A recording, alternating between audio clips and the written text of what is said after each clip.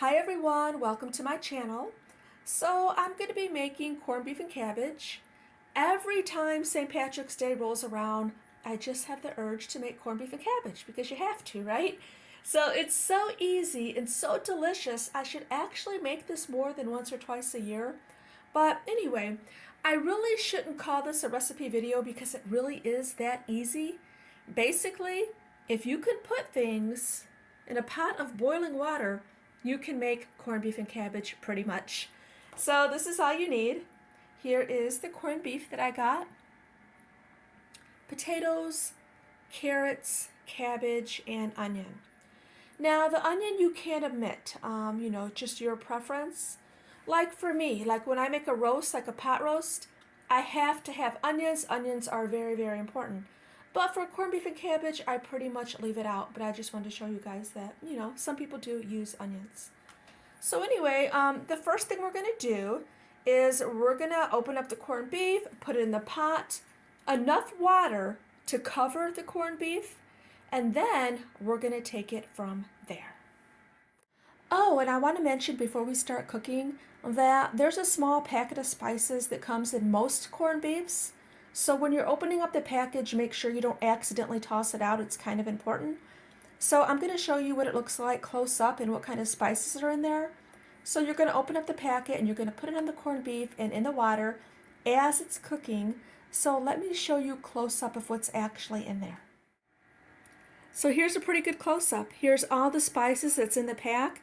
So it's really important not to disregard it and just toss it out, because this is basically all the spices you need to flavor the corned beef. So in one of these packets, you're usually going to find peppercorn, bay leaves, allspice, coriander, mustard seeds, cloves, and nutmeg. So the combination gives it a really, really good flavor.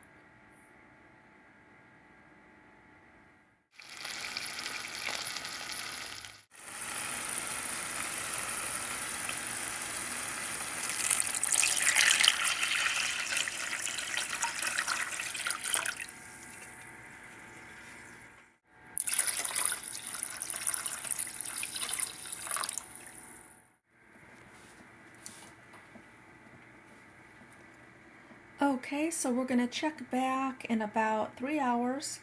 Just watch your water levels. If it gets low, which this is already getting low and it's only been cooking like 45 minutes, then you're going to want to add some more water because you're going to want to keep the corned beef pretty much covered. And you're not going to add your potatoes and carrots and cabbage until like an hour before it's done. Because if you was to add the corned beef and cabbage and carrots, as soon as you add the corned beef, 3 hours later, your vegetables are going to be mush, so you don't want that. So wait till like an hour before, and then I'm going to show you how to, prepare everything and add it to the corned beef. So let's check back in about 2.5 hours. Okay, and this is what it's looking like about 3.5 hours later. Now we're going to add the vegetables.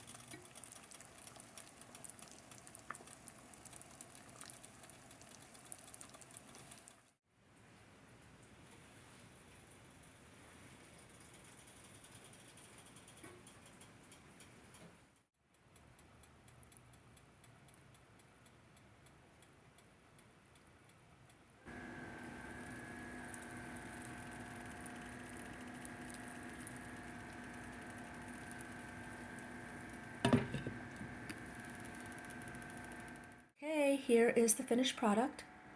So I cooked it in total around 4 hours, and it's so tender you can pull it apart with a spoon. And I added the vegetables the last hour that it cooked, and those turned out perfect too. And it was really, really simple, really easy. And now I have dinner for 3 or 4 days. I love cooking meals like this. Thanks for watching.